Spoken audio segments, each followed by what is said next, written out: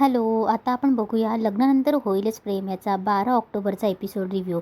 कालच्या भागात बघितलं की काव्या आणि आलिशा आतमध्ये घुसतात. तिथे पूर्ण त्यांच्या लायब्ररीला आग लागली असते. काव्याचं घड्याळ आतमध्ये राहतं, पार्थने दिलं म्हणून काव्या हिंमत करून आतमध्ये जाते. सगळे काव्याला ओरडत असतात की काव्या थांब, काव्या थांब, पण काव्या हिंमत करून आतमध्ये जाते.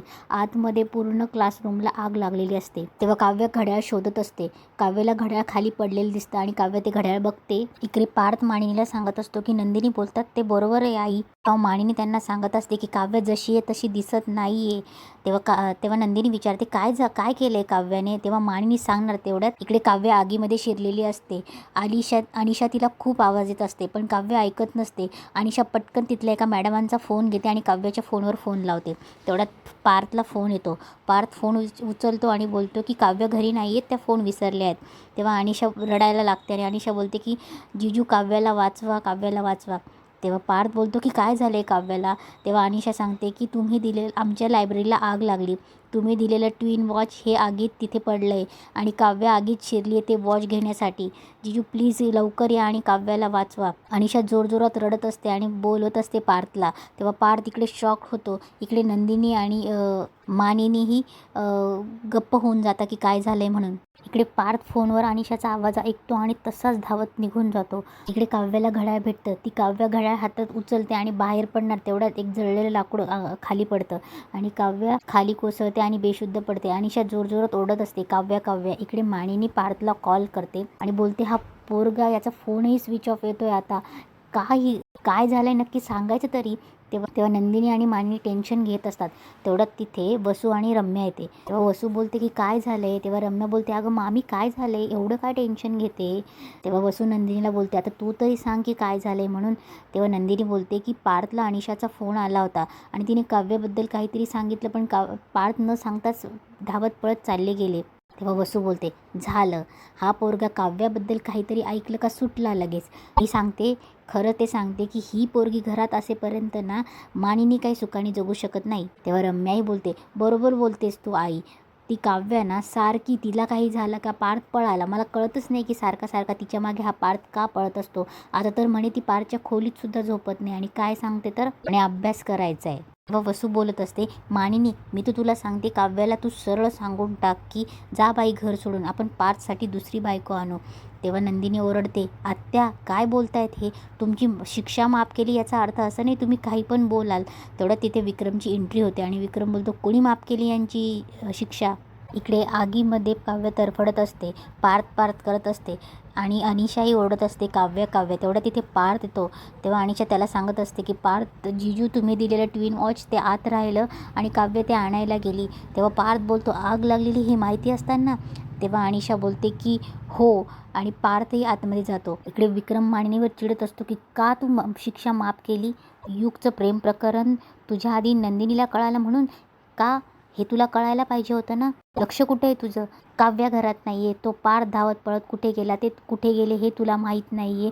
जीवा कुठे गेला आहे हे तुला माहीत नाही. चाललं आहे काय मानिनी तुझं, लक्ष कुठे आहे तुझं. मी घरात नसताना चांगलं उत्तमरित्या तू हे घर सांभाळायचीस ना आधी मी किती दिवस बाहेर राहायचो, तू हे सगळं उत्तमरित्या सांभाळत होती आणि आता काय झालं तुला. तेव्हा मानिनी बोलते म्हणजे या सगळ्याचं चूक तुम्ही माझ्या अंगावर करतायत.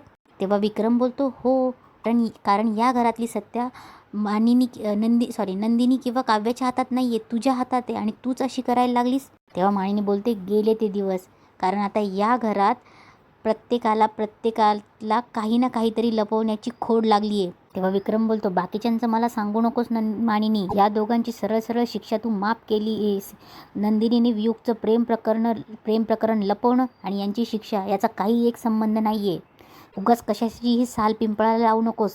तेव्हा विक्रम बोलतो आज रात्री संध्याकाळी मला डायनिंग टेबलवर सगळे हवेत. I want to talk to everyone. Nandini त्या जीवालाही फोन लाव, त्याच्याशी बोलायचं आहे मला. आणि सगळे इकडे तिकडे निघून जातात. तेव्हा नंदिनी मनात बोलते जीवांशी एक शब्दही बोलायचं नाही ठरवलं होतं मी आणि बाबांनी मला त्यांना फोन लावायला लावला. इकडे जीवा मंदिरात बसलेला असतो आणि त्याला सगळं ते आनंद निवासचं चित्र आठवत असतं. तेव्हा मंदिरात एक कपल आलेलं असतं. तेव्हा तो मुलगा त्याच्या बायकोला म्हणत असतो काय चकाचक बाई.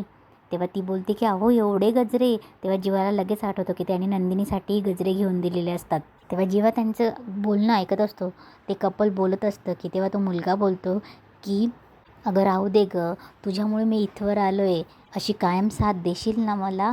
तेव्हा ती बोलते की साथ नाही, सोबत हवेत तुम्ही मला. तेव्हा जीवा खूप इमोशनल होतो आणि बोलतो सॉरी नंदिनी आणि रडायला लागतो, प्लीज मला माफ कर, प्लीज मला माफ कर. तेव्हा पार्थ कसाबसा आगीत शिरतो. तेव्हा काव्याकडे जातो. तेव्हा काव्य बोलते, पार्थ तुम्ही इथे कशाला आला आगीत? तुम्ही बाहेर जा, तुम्हाला काहीतरी होईल. आणि ती घड्याळ दाखवते. तेव्हा पार्थ बोलतो की काव्य तुम्ही एका घड्याळासाठी इथपर्यंत आलात? तेव्हा पार्थ काव्याला उचलतो आणि बोलतो की चला. इकडे पार्थ काव्याला घेऊन उभा करतो. तेवढ्यात अजून आगीचे काहीतरी जाळ खाली पडत असतात. तेव्हा सगळे पुन्हा घाबरतात. इकडे मानिनी विक्रमसाठी चहा घेऊन येते. तेव्हा विक्रम बोलतो की मानिनी माझ्यातला अर्धा चहा घेणार आहेस का? तेव्हा मानिनी बोलते चहा कशाला, शिक्षाच द्या ना. तेव्हा विक्रम बोलतो काय झालं आहे मानिनी? तेव्हा मानिनी बोलते कसे बोललात आहो तुम्ही, हे घर मी नीट चालवत नाही असं? इतक्या दिवस तर मी नीट चालवत होते ना, कसं सगळ्यांसमोर बोललात तुम्ही? तेव्हा विक्रम बोलतो मानिनी ये बस, मला सांग युगचा गोष्टी लपवण्याची आणि शिक्षा माफ करण्याचा काय संबंध? तेव्हा मानिनी बोलते ते शिक्षा मरू द्यावं तिकडे, पण अहो मी घरासाठीच करते ना, माझ्या मुलांसाठी.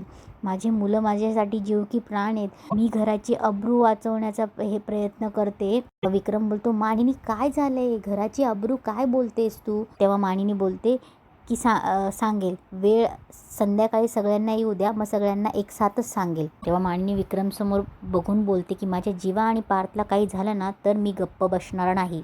इकडे काव्य आणि पार्थ बाहेर निघण्याचा प्रयत्न करत असतात आणि वरतून एक एक जाळाचे गोळे खाली पडत असतात. तेव्हा पार्थ स्वतःचं जॅकेट काढून काव्याला देतो आणि बोलतो की हे जॅकेट काढा म्हणजे तुम्हाला काही होणार नाही. तेव्हा पार्थ काव्याला उचलतो आणि बाहेर पडणार तेवढ्यात पुस्तकांची जाडशीर मांडणी खाली पडायला लागते. तेव्हा काव्य ओरडते पार्थ.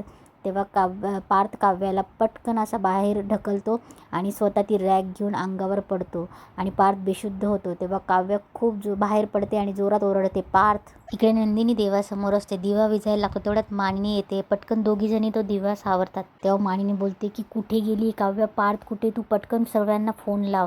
तेव्हा नंदिनी बोलते की हो करते. इकडे जीवाला फोन येतो. जीवा फोन उचलतो आणि बोलतो हां अनिशा बोल. परत अनिशा झालेला सगळा प्रकार जीवाला सांगते. तेव्हा जीवाच्या पायाखालची जमीनच सरकते आणि सगळे हॉस्पिटलमध्ये पार्थला घेऊन जातात. पार्थला घाईघाईत ऑपरेशन थिएटरमध्ये नेतात. इकडे पार्थवर ऑपरेशन थिएटरमध्ये उपचार चालू असतात. तेव्हा नंदिनी काव्याकडे जाते आणि काव्याला बोलते की काव्या तुला काही लागलं नाही ना, कुठे भाजलं नाही ना, कसं झालं हे सगळं? तेव्हा काव्यात झालेला सगळा प्रकार सांगते आणि सांगत असते. तेव्हा काव्याचं बोलणं सगळे ऐकत असतात. तेव्हा काव्य सांगत असते की आम्ही लायब्ररीत अभ्यास करतो आणि अचानक लायब्ररीला आग लागली आणि मग पार्थने लक्षात आलं माझ्या की पार्थने दिलेलं ट्विन वॉच हे आतच राहिलं. मी ते घ्यायला गेली आणि आगीत सापडली आणि मला वाचवायला पार्थ आले आणि कसे आगीत ते पण सापडले. हे सगळं सांगत असते. तेव्हा मानिनी रडत असते आणि बोलते की देवा माझ्या बाळाला वाचव रे. इकडे रम्या रडत असते आणि बोलते की आई मला माझ्या पार्थला बघायला जायचे म्हणून. तेव्हा वसू तिला सावरत असते आणि बोलते की हॉस्पिटलला जाऊन काय करणार आहे, त्याच्यावर उपचार चालू आहेत, आपल्याला जाता येईल का बाळा आतमध्ये? तेव्हा तेव्हा रम्या बोलते की आपण डॉक्टरांना विचारू तर शकतो ना. तेव्हा तेव्हा वसू बोलते की अगं मग आपण फोन करून पण विचारू शकतो. हे बघ मी फोन केला होता हॉस्पिटलला ते कोणीही माझा फोन उचलत नाही आहे. ते मुद्दामून आपल्याला यापासून दूर ठेवत आहेत बाळा, तू गप्प बस जरा. तेव्हा रम्या बोलते त्यांना काही करू दे आई, पण मला प्लीज मला माझ्या पार्थला बघायला जायचं आहे. रम्या बोलते आई आपण आजपर्यंत जे काही उपद्व्याप केले ते फक्त पार्थ माझा व्हावा म्हणून केले ना आई, प्लीज मला जाऊ दे. तेव्हा वसू बोलते हे बघ रम्या, तू जर तिथे गेलीस तर त्यांनी तुला नाही जाऊ दिलं, पार्थला नाही भेटू दिलं तर तुला किती त्रास होईल बाळा. तेव्हा रम्या बोलते की आई लहानपणी पार्थला कावीळ झाली होती आणि मी अन्न पाणी सोडून देवी आईच्या प्रार्थना मंदिरात गेली होती, मी तसंच करते. तेव्हा वसू बोलते नाही रम्या नाही, तू असं काही करणार नाहीस, प्रॉमिस कर. अगं तुला काडीची किंमत देत नाही, तू का करतेस असं? तेव्हा रम्या बोलते कारण त्याचं माझ्यावर नसलं ना तर माझं त्याच्यावर खूप प्रेम आहे आई आणि माझ्या प्रेमाला वाचवण्यासाठी मी वाटेल ते करू शकते. तेव्हा डॉक्टर बाहेर येतात. विक्रम विचारतो की पार्थची कसं तब्येत आहे आता? तेव्हा डॉक्टर बोलतात की आता तो ओके, 10% भाजलं आहे आणि काही मुकामारही लागला आहे, पण फायर हील झाल्यामुळे त्यांना श्वास घ्यायचा त्रास होतो आहे. आम्ही त्यांना ICUमध्ये शिफ्ट केलं आहे. तेव्हा डॉक्टर बोलतात कोणीतरी या माझ्याबरोबर. जीवा आणि मिथुन काका डॉक्टरसोबत जातात आणि कोणाला तरी एकालाच पेशंटला भेटायचं असतं म्हणून काव्या जायला लागते. तेव्हा मानिनी तिचा हात पकडते आणि बोलते की काव्या तू आतमध्ये जायचं नाहीस, कारण हे सगळं तुझ्यामुळेच झालं आहे. तेव्हा नंदिनीला थोडंसं वेगळं वाटतं. तेव्हा काव्या बोलते की अहो काकू मी. तेवढ्यात नर्स येतात बाहेर आणि सिस्टर बोलतात की तुमच्यापैकी काव्य कोण आहे, कारण पेशंट शुद्धीवर आल्यापासून सारखं काव्याचंच नाव घेत आहेत. तेव्हा काव्य पटकन मध्ये जाते. मानिनी आणि विक्रमही जातात. तेव्हा मानिनी रडत असते. तेव्हा पार्थला बोलते आता ठीक आहेस ना. तेव्हा पार्थ बोलतो 2 दिवसात ठणठणीत बरा होऊन तुला त्रास द्यायला येईल घरी. तेव्हा पार्थचं लक्ष सारखं काव्याकडे असतं. तेव्हा मानिनी बोलते दे बाबा, किती त्रास द्यायचा ते कितका त्रास दे, पण घरी चल लवकर. काय रे पार्थ, स्वतःचा जराही विचार केला नाहीस आणि आगीत उडी मारलीस. तेव्हा पार्थ बोलतो तुझ्या सुनेला वाचवलं याचा तुला अभिमान वाटला पाहिजे ना. तेव्हा मानिनी बोलते की हो रे बाळा, वाटतो तुझा अभिमान. तेव्हा विक्रमही बोलतो तू जे केलं ते योग्यच केलेस, पण आता तू काळजी घे आणि जरा आराम कर. तेव्हा विक्रम बोलतो की आम्ही डॉक्टरांशी बोलतो, तू जरा काव्याशी बोल. तेव्हा विक्रम बोलतो मानिनी चल जरा तिला बसू दे. तेव्हा मानिनी बोलते अहो मला थांबू द्यात ना जरा पार्थजवळ. तेव्हा मानिनी नकार देत असते. तेव्हा विक्रम बोलतो की मानिनी अगं ऐक ना, डॉक्टर काय म्हणाले, शुद्धीवर आल्यापासून ते काव्याचं नाव घेत होते, चल तिला बसू दे, चल बाहेर. तेव्हा विक्रम मानिनीला बाहेर घेऊन जातो. तेव्हा काव्य पार्थजवळ बसते आणि रडायला लागते आणि बोलते देशमुख माझ्यामुळे झालं नाही हे सगळं, तुम्हाला खूप दुखत असेल ना, खूप त्रास होतो आहे का. तेव्हा पार्थ बोलतो तुम्ही नेहमीसारखं माझ्यावर फिसकारत नाही आहात ना, त्याचा त्रास होतो आहे. तेव्हा काव्य बोलते उगाच काहीतरी बडबड करू नका, झोप आणि आराम करा, शांत बसा, झोप आली तर झोपा. तेव्हा पार्थ बोलतो झोपलं तर त्रास होईल तुम्हाला. तेव्हा काव्य बोलते का. तेव्हा पार्थ बोलतो माझा घोरण्याचा त्रास. तेव्हा काव्य बोलते होऊ द्या, जेवढं घोरायचं तेवढं घोरा, मी सहन करेन. आणि हो, इथल्या डॉक्टरांसोबत सोबत गप्पा मारत बसू नका, नाहीतर ही मांजर फिसकारणार नाही तुमच्यावर, भस्कणे अंगावर येईल. तेव्हा पार्थला थोडं हसायला येतं. तेवढ्यात जीवा, नंदिनी आणि मिथुन काका आतमध्ये येतात. तेव्हा जीवा बोलतो बडे भैया काय आहे हे सगळं. तेव्हा पार्थ बोलतो प्रेम, आपल्या माणसाला त्रास होत असेल तर आपण देशमुख गप्प बसू का. तेव्हा नंदिनी बोलते अहो पार्थ काय तुम्ही, माझी बहीण आतमध्ये अडकली होती, मला सांगितलं असतं मी पण आले असते ना वाचवायला. तेव्हा पार्थ बोलतो मग तुम्ही आतमध्ये अडकले असते तर जीवाला यावं लागलं असं तुम्हाला वाचवायला. तेव्हा मिथुन बोलतो हो ना, म्हणजे फुल फॅमिली इन द फायर. तेव्हा मिथुन सिच्युएशन हँडल करतो आणि बोलतो पार्थ तुला आजपासून काय नावाने हाक मारायची, देशमुख म्हणायचं की ड्रॅगन, आग पिऊन बाहेर आलास ना तू. तेव्हा पार्थला खोकला येतो. तेव्हा जीवा बोलतो की काय झालं आहे बघ, तू काहीही बोलू नकोस, तू फक्त शांत बस. तेव्हा जीवा बोलतो काका काय, चला मी काय म्हणतो सगळ्यांनीच बाहेर जाऊया, पार्थला आराम करूया. तेव्हा नंदिनी पण बोलते की पार्थ जाण्याआधी तुमच्या बायकोला आम्ही तुमच्या परवानगीने बाहेर घेऊन जातो. तेव्हा काव्य बोलते नाही मी थांबते इथे. तेव्हा नंदिनी बोलते अगं असं काय करतेस, तुला पण आरामाची गरज आहे. तेव्हा पार्थही बोलतो की काव्या जा तुम्ही घरी. तेव्हा काव्य नाही बोलते.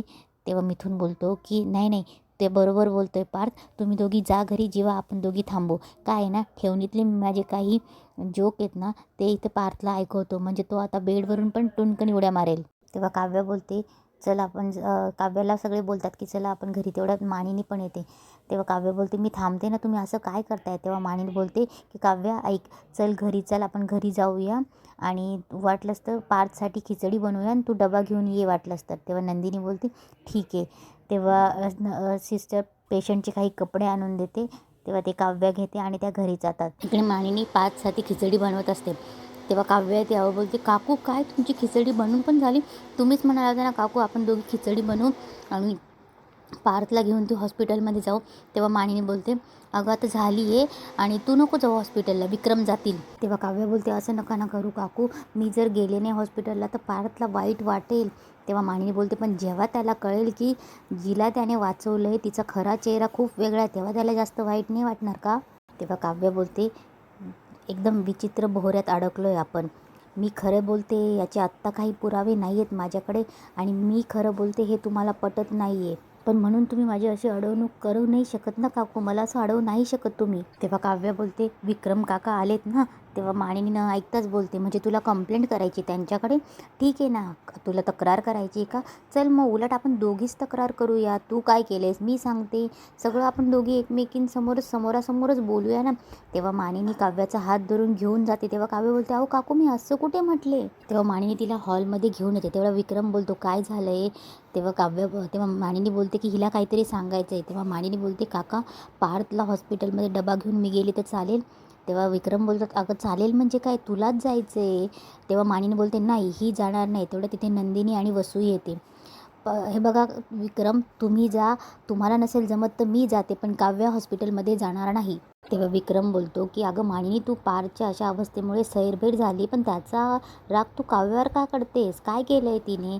तेवढ्यात रम्या येते. रम्या बोलते की मामा कसा आहे पार्थ, मी मंदिरात गेले होते, हा प्रसाद घ्या. तेव्हा ती सगळ्यांना प्रसाद देते आणि बोलते, काही नाही होणार आपल्या पार्थला, मी उद्या सकाळी 6 वाजताच मंदिरात जाणार आहे. मी काय पूजा सांगितली आहे आणि ती पूजा करून घेणार आहे. मामी अगं आपण रुद्र अभिषेक पण करून घेऊयात का गं? मामी तुझे ते गुरुजी आहेत ना, त्यांना पण बोलवशील ना गं, ते करतील ना पूजा?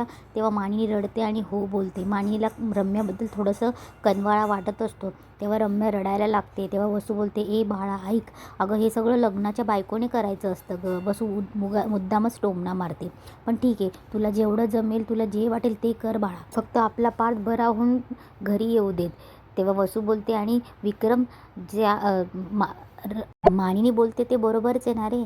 एकीमुळे आपला पार्थ मरणाच्या दारात आहे आणि दुसरीमुळे तो बरा होणार आहे. तेव्हा विक्रम वसूला बोलतो, मध्येच काही पण बोलू नको गं तू, मला ना तुझं काही ऐकायचंच नाही. तेव्हा मानिनी बोलते, काय काय चुकीचं बोलतायत त्या? बरोबरच बोलतायत त्या, हिच्यामुळे पार्थ आपला मरणाच्या दारात आहे. आणि काय तर म्हणे घड्याळ घ्यायला आगीत उतरली होती. ते जे घड्याळ मिळतात क्षणी तिने मुद्दाम फोडलं होतं. तेव्हा काव्या बोलते, काकू? तेव्हा नंदिनी बोलते, आई अहो काय बोलतायत तुम्ही, असं का करतायत? आणि तुम्ही याचा दोष काव्याला का देतायत? अहो पार्थसाठी ह्या गोष्टी तीही करू शकते, आणि एवढी दमली ती तरीसुद्धा ती पार्थसाठी हॉस्पिटलला जायला निघाली. ही काळजी नाही वाटत का तुम्हाला? तेव्हा विक्रम बोलतो, बरोबरच बोलते ती, आणि मरणाच्या दारात काय बोलतायत तुम्ही? पार्थ बरा आहे आपला. इकडे पार्थला श्वास घ्यायला खूप त्रास व्हायला लागतो. इकडे वसू बोलते, असं का बोलतोयस विक्रम? अरे जरा आपलं आठव मागचं. आपली आई म्हणायची की देशमुखांच्या मुलांना आगीपासून धोका आहे. त्यांच्या पत्रिकेमध्येच तसं लिहिलंय, आठवतंय का तुला? अरे त्यांच्या पत्रिकेतच तसं दिलंय की आगीपासून धोका आहे. आपले बाबा त्याच्यामुळे गेले. तुलाही कन्स्ट्रक्शन साईटवर आगीमुळेच अपघात झाला होता. आपल्या जीवालाही आगीमुळेच त्याच्या जीवावर बेतलं होतं. आणि आता पार्थ, इकडे पार्थला श्वास घ्यायला खूप त्रास होतो. पटकन डॉक्टर त्याला ऑपरेशन थिएटरमध्ये हलवतात. इकडे रम्या चिडचिड करत असते की जर काही पार्थला झालं ना तर काव्या मी तुला सोडणार नाही, आणि ती काव्याचा हात पेगळते. तेव्हा विक्रम चिडतो की काय चाललंय हे रम्या बोलते, हे बघ काव्या, पार्थला वाचवण्यासाठी मी तर जे काही करते ना, पण तुला माझ्यापासून वाचवायचं असेल तर वेळीच सावध हो. ती पुन्हा बोलते की मी तुला सोडणार नाही. ती पुन्हा हात पकडते. तेव्हा नंदिनी तिच्यावर ओरडते आणि बोलते की तुला जे काही बोलायचं असेल ना तर ते लांबून बोल रम्या, आणि पार्थसाठी तू जे काही करतेस ना तर याचा अर्थ असं समजू नको की तुला काव्याला बोलायला लायसन्स भेटलंय. तेव्हा नंदिनी बोलते, आई मी हात जोडते तुमच्यासमोर. अहो तुम्ही काव्याची अवस्था पण जरा समजून घ्या. तिची खरंच काही चूक असती तर मी सगळ्यांसमोर तिला सॉरी बोलायला लावलं असतं, पण तिचा काहीच दोष नसताना तिला बोल लावलेले मला नाही आवडणार आई. तेव्हा मानिनी बोलते, देवा कठीण आहे बाई, ही मुलगी जोपर्यंत पार्थच्या आयुष्यात आहे ना तोपर्यंत पार्थच्या आयुष्यात काही ना काहीतरी वरखाली होतच राहणार आहे. तेव्हा काव्य बोलते, नाही पार्थला काही होणार नाही पार्थला. इकडे पार्थवर ट्रीटमेंट चालू असते. तेव्हा मानिनी बोलते, काही झालं नाही म्हणे, आधी स्वतःमुळे हे सगळं झालंय ते तरी मान्य कर. तेव्हा विक्रम बोलतो, बास मानिनी, मी आल्यापासून बघतोय तू कशी बोलते तिच्याशी, अगं तिची अवस्था तरी बघ. आणि काय गं, काव्याने जेव्हा ते जोडीचं घड्याळ फोडलं होतं तेव्हा तूच तक्रार घेऊन आली होतीस ना माझ्याकडे. तेव्हा तुला वस्तूला महत्त्व होतं, आणि आज त्याच घड्याळासाठी, त्या वस्तूसाठी तिने आगीत स्वतःला झोकलं. आता तुला नाही वाटत काही? आणि असं दोघी बाजूंनी कधीपासून वागायला लागलीस गं तू, काय गं? तेव्हा नंदिनी बोलते, आणि आई काव्याला आपल्या प्रेमाची आणि आधाराची आज गरज आहे. आगीत बेशुद्ध पडली होती ती, हॉस्पिटलमध्ये चेक करत होते, पण पार्थच्या काळजीने तिने स्वतःला चेकसुद्धा करू दिलं नाही. नाही आई, तुमचं वागणं बोलणं मला याआधी कधीच खटकलं नाही, पण आज वसू आत्यांसारखे तुम्हीसुद्धा काव्याला बोल लावतायत, हे वागणं मला अजिबात तुमचं पटलेलं नाही. तेव्हा वसू बोलते, झालं लावला बोल मला. अगं एक तर तुम्हाला तुमचे नवरे सांभाळता येत नाही आणि तू मानिनीला बोल लावतेस. आणि मानिनी, आई तू तिलाच बोल लावतीयस. आणि का गं, तुला सांगितलं होतं ना जीवाला आगीपासून धोका आहे. एवढी साधी गोष्ट करू शकली नाही तू. आणि ही काय स्वतः आगीतून बाहेर आली आणि आमच्या पार्थला आगीत ढकलून मोकळी झाली. आणि इथेच आजचा एपिसोड संपतो.